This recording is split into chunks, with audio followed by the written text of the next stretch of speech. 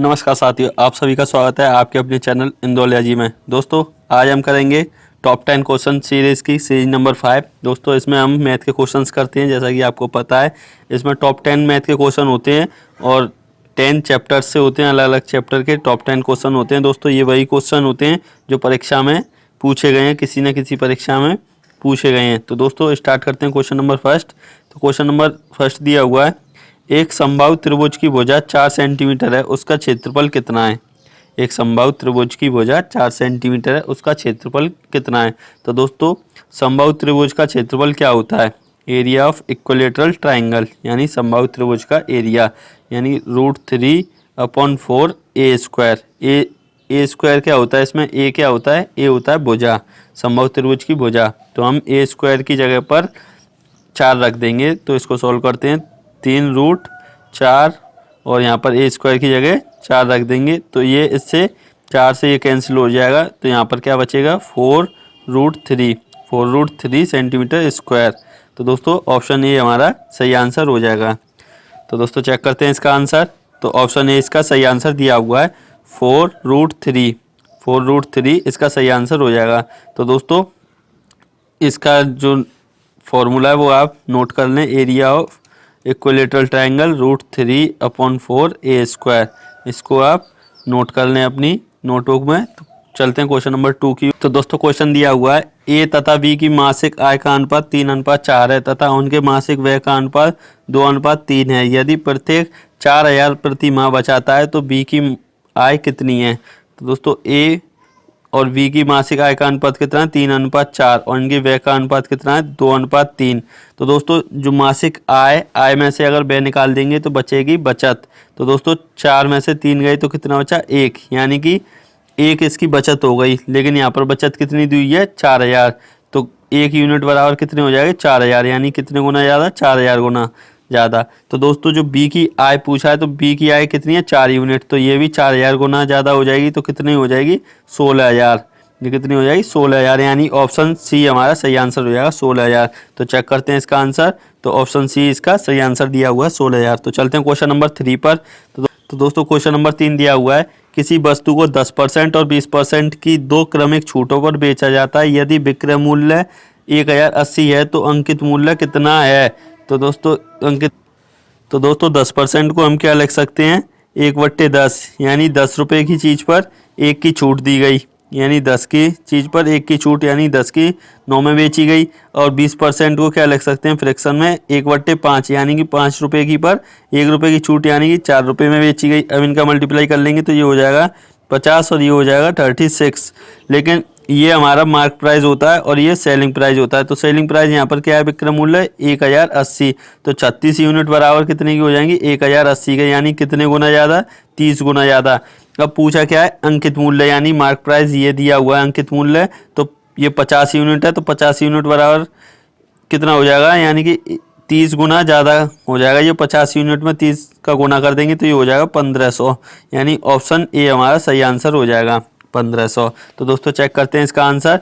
तो option A इसका सही आंसर दिया हुआ है। तो दोस्तों चलते हैं क्वेश्चन नंबर 4 पर। तो क्वेश्चन नंबर 4 ये दिया हुआ है, इसका मान कितना है। तो दोस्तों ये बोर्ड मास के अकॉर्डिंग हम सॉल्व करेंगे। तो ऊपर वाले पहले उसमें हम ऑफ का कर लेते हैं। तो ऑफ का पहले मल्टीप्लाई हो जाएगा, तो ये हो जाएगा 72 डिवाइड बाई 8 मल्टीप्लाई 3 प्लस, अब यहाँ पर ये प्लस से यहाँ पर बाउंडेशन एक अलग पार्टीशन हो गया और ये यहाँ पर अलग हो गया। तो अब हम इसको डिवाइड कर लेंगे तो 2 और माइनस अलग कर रहा है, तो अब इनका मल्टीप्लाई कर लेंगे तो ये हो जाएगा 20। अब दोस्तों नीचे आ जाते हैं हम। तो नीचे क्या दिया हुआ है, पहले हम इसका यहाँ पर डिवाइड कर देंगे, 12 का डिवाइड 36 में करेंगे तो क्या हो जाएगा 3 और फिर मल्टीप्लाई 4 दिया हुआ है। अब इसका इसमें डिवाइड कर देंगे तो ये हो जाएगा 2 प्लस यहाँ पर 5 मल्टीप्लाई ब्रैकेट सॉल्व कर लेंगे तो कितना हो जाएगा 2। अब दोस्तों इसको सॉल्व करते हैं, यहाँ पर ऊपर जो 8 है उसका डिवाइड करेंगे 72 में तो कितना हो जाएगा 9 मल्टीप्लाई 3 प्लस, जब इसमें से इसको माइनस कर देंगे तो ये कितना बचेगा, माइनस के, यहाँ पर ये माइनस हो जाएगा तो कितना आ जाएगा, माइनस के 18। अब यहाँ पर करते हैं तो ये 6 प्लस यहाँ पर 10 हो जाएगा, तो ये 27 माइनस 18/16। तो जब इसको सॉल्व करेंगे तो कितना आ जाएगा आंसर हमारा, तो हमारा आंसर आएगा 9/16, 9/16 हमारा सही आंसर हो जाएगा, यानी कि ऑप्शन सी इसका सही आंसर हो जाएगा। तो दोस्तों चेक करते हैं इसका आंसर। तो ऑप्शन सी इसका सही आंसर दिया हुआ है 9/16। तो दोस्तों चलते हैं क्वेश्चन नंबर 5 की ओर। तो क्वेश्चन नंबर 5 दिया हुआ है, किसी कार्य को 10 पुरुष प्रतिदिन 8 घंटों तक कार्य कर 30 दिनों में पूरा कर सकते हैं। 12 पुरुष प्रतिदिन 4 घंटे कार्य कर उसी कार्य को कितने दिनों में पूरा करेंगे। तो दोस्तों इसको हम MDH एक फॉर्मूला होता है उससे करेंगे इसको। M1D1H1 बराबर M2D2H2। तो दोस्तों M यानी कि कितने पुरुष हैं तो 10, और D यानी कितने दिनों में तो 30 दिनों में, और H यानी कितने आवर यानी कि घंटों में 8 घंटों में, बराबर यहाँ पर दूसरे में कितना दिया हुआ है तो 12 पुरुष, और डी यानी डी पूछा कितने दिनों में तो डी पूछा है, D2 पूछा है। अब दोस्तों H कितना दिया हुआ है 4। अब इसको हम इधर भेज देंगे, यानी कि काट देते हैं। 4 से ये कट जाएगा तो 2, और यहाँ पर ये 2 से ये कट जाएगा 6। अब 6 से ये 5। अब दोस्तों कितना बचा है यहाँ पर 50, यानी कि D2 बराबर कितना हो जाएगा 50। तो 50 दिन में कर देंगे। तो ऑप्शन सी इसका सही आंसर हो जाएगा 50 दिन। तो दोस्तों चेक करते हैं इसका आंसर। तो ऑप्शन सी 50 दिन इसका सही आंसर दिया हुआ है। तो चलते हैं क्वेश्चन नंबर 6 की ओर।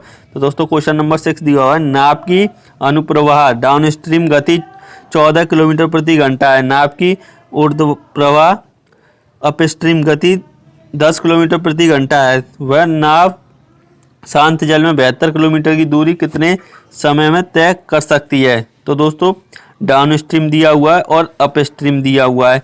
तो दोस्तों down stream plus up stream बराबर निकालेंगे हम, और इनका 2 से डिवाइड कर देंगे तो ये आ जाएगा हमारा नाव की गति। नाव की गति आ जाएगी यानी 24/2, यानी कि नाव की जो स्पीड होगी वो हो जाएगी 12 किलोमीटर प्रति आवर।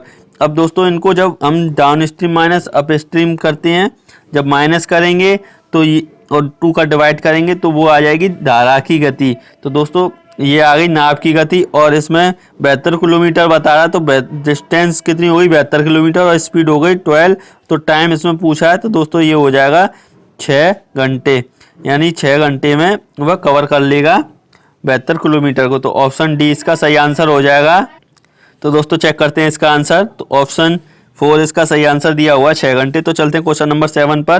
तो दोस्तों क्वेश्चन नंबर 7 दिया हुआ है, एक बैग में 1 रुपये 50 पैसे तथा 25 पैसे के सिक्कों की संख्या का अनुपात 1:2:4 है। यदि बैग में कुल धन 225 है तो उसमें 50 पैसे कितने सिक्के हैं, 50 पैसे के कितने सिक्के हैं। तो दोस्तों 1:2:4 दिया हुआ है। अब एक रुपये का 1 अनुपात दिया हुआ है, यानी 1 रुपये हो गए। अब 50 पैसे के कितने दिए हुए हैं 2। तो जब 2 50 पैसे के होंगे तो वो कितने रुपए हो जाएंगे 1 रुपये। और 25 पैसे के 4 सिक्के दिए हुए हैं, जब 25 पैसे के 4 सिक्के होंगे तो कितने रुपए हो जाएंगे 1। अब इन तीनों को हम ऐड कर लेते हैं तो ये कितना हो जाएगा 3, यानी कुल कितने रुपए हो गए हमारे पास 3 रुपये। लेकिन कुल कितना दिया हुआ है 225, तो 3 यूनिट बराबर कितना हो जाएगा 225 के, यानी कितने गुना ज़्यादा, ये हो जाएगा 75 गुना ज़्यादा। अब पूछा क्या है तो उसमें 50 पैसे के कितने सिक्के हैं, तो 50 पैसे के कितने सिक्के हैं 2 यूनिट हैं। तो दोस्तों जब 2 यूनिट बराबर इसमें भी 75 का गुणा कर देंगे, यानी कि 2 में 75 का गुणा कर देंगे तो कितना हो जाएगा ये 150, यानी कि 50 पैसे के सिक्के कितने हो जाएंगे 150, यानी ऑप्शन ए हमारा सही आंसर हो जाएगा 150। तो दोस्तों चेक करते हैं इसका आंसर। तो 150 इसका सही आंसर दिया हुआ है ऑप्शन 1। तो दोस्तों चलते हैं क्वेश्चन नंबर 8 की ओर। तो दोस्तों क्वेश्चन नंबर 8 दिया हुआ है, 2000 की राशि को चक्रवृद्धि ब्याज वार्षिक रूप से संयोजित पर निवेश किया जाता है। यदि ब्याज की दर 10% प्रति वर्ष है तो 30 माह के बाद मिश्र धन कितना होगा। तो दोस्तों 30 माह यानी कि 2 वर्ष 6 महीने, 2 वर्ष 6 महीने यानी 2.5 वर्ष हो गई। तो दोस्तों अब इसको हम 10% को क्या लिख सकते हैं, 10% को लिख सकते हैं हम 1/10, यानी कि 10 रुपये मूलधन पर 11 रुपये हमको मिल रहा है, हाँ। और पहली वर्ष में ये होगा, दूसरी वर्ष में भी ये हो जाएगा, लेकिन जो तीसरी जो वर्ष आएगी उसमें हमको 6 महीने देनी है, यानी कि आधी हो जाएगी साल की आधी। तो 10% ना होकर कितनी लेनी होगी हमको ब्याज 5%। तो 5% को क्या लिख सकते हैं 20, 1/20 यानी कि 20 रुपये पर 1 रुपये की ब्याज। तो ये कितना हो जाएगा यहाँ पर मिश्र धन 21। और दोस्तों इनका मल्टीप्लाई कर लेंगे तो ये हो जाएगा 2000 और ये हो जाएगा हमारा 2541। अब दोस्तों जो मूलधन है वो कितना दिया हुआ है 2000 यानी कि 2000, तो इसका मल्टीप्लाई करेंगे तो 1 गुना ज़्यादा हो जाएगा। तो इस प्रकार ये भी हमारा जो पूछ रहा है मिश्र धन वो भी 1 गुना ज़्यादा कर देंगे तो कितना हो जाएगा, ये 2541 हमारा सही आंसर हो जाएगा ऑप्शन सी 2541। दोस्तों इनको मल्टीप्लाई करना है हमको, अगर मल्टीप्लाई में टाइम लग रहा है तो हम ऑप्शन से भी कर सकते हैं। सबके पीछे यूनिट डिजिट 1 है, जब मल्टीप्लाई करेंगे तो यूनिट डिजिट भी 1 आएगी, तो इसमें ही सिर्फ यूनिट डिजिट 1 दी हुई है। तो चलते हैं इसका आंसर चेक करते हैं, तो ऑप्शन सी इसका सही आंसर दिया हुआ है। तो दोस्तों चलते हैं क्वेश्चन नंबर 9 की ओर। तो क्वेश्चन नंबर 9 दिया हुआ है, ए, बी और सी किसी कार्य को अकेले अकेले कर उसे क्रम से 12, 24 और 36 दिनों में पूरा कर सकते हैं। वह मिलकर उसी कार्य को पूरा कर 3850 रुपये प्राप्त करते हैं। तो बी तथा सी के हिस्सों की राशियों में कितना अंतर है। तो दोस्तों ए, बी और सी का हम अनुपात निकालेंगे। तो पहले इनके दिनों का अनुपात क्या दिया हुआ है, 12, 24 और 36। जब इसको काट लेंगे हम, तो दोस्तों इसको जब सिंपल करेंगे अनुपात में तो ये हो जाएगा 1, 2, 3, 12 से काट देंगे। अब दोस्तों इनके क्षमता का जो अनुपात होगा वो इनका उल्टा हो जाएगा, यानी 1:1/2 अनुपात 1/3। अब इसको फ्रैक्शन में से हटाने के लिए जो नीचे संख्या दी हुई है उनका लासा लेंगे तो कितना हो जाएगा, 6। तो 6 का इन तीनों में मल्टीप्लाई कर देंगे।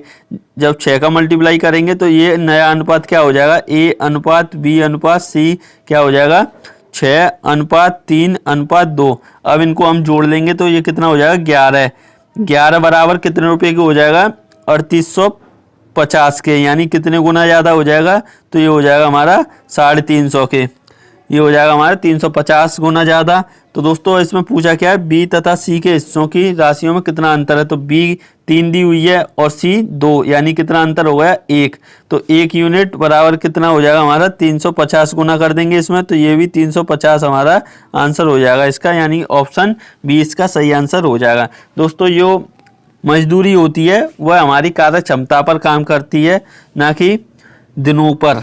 तो दोस्तों इसका ऑप्शन बी सही आंसर हो जाएगा 350। तो चेक करते हैं इसका आंसर, तो ऑप्शन बी 350 इसका सही आंसर दिया हुआ है। तो चलते हैं क्वेश्चन नंबर 10 की ओर।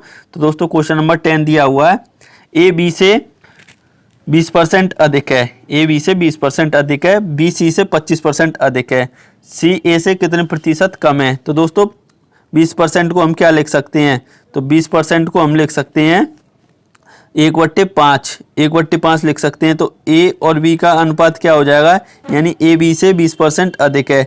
तो अगर ए बी मान लेते हैं हम 5, तो ये इससे 20% अधिक हो जाएगी, यानी 5 पर 1 बढ़ेगा तो ये हो जाएगा 6। अब बी और सी, यानी बी सी से 25% अधिक है, तो 25% को हम क्या लिख सकते हैं, 1/4, यानी बी और सी का अनुपात कितना हो जाएगा, अगर सी हम 4 मान लेते हैं तो बी कितना हो जाएगा, 5 हो जाएगी। अब ए बी सी का अनुपात निकाल लेंगे, बी तो सेम है, तो ए बी सी का अनुपात हो जाएगा 6:5:4। तो अब पूछ रहा है इसमें सी ए से कितने प्रतिशत कम है। तो ए और सी के बीच कितना अंतर है, 2 का, यानी 2 कम है सी ए से। तो ए से तो ए कितना दिया हुआ है, 6। अब मल्टीप्लाई कर देंगे 100 का, जब इनको सॉल्व करेंगे तो ये हो जाएगा 33.33%, यानी ऑप्शन ए इसका सही आंसर हो जाएगा, ऑप्शन ए इसका सही आंसर हो जाएगा। तो दोस्तों चेक करते हैं इसका आंसर, तो ऑप्शन ए इसका सही आंसर दिया हुआ 33.33%। तो दोस्तों ये थे आज के टॉप 10 क्वेश्चन। कैसे लगे आपको, वीडियो के कमेंट करके बताएं। वीडियो को ज़्यादा से ज़्यादा लाइक करें और चैनल को सब्सक्राइब करें। Thank you, all the best.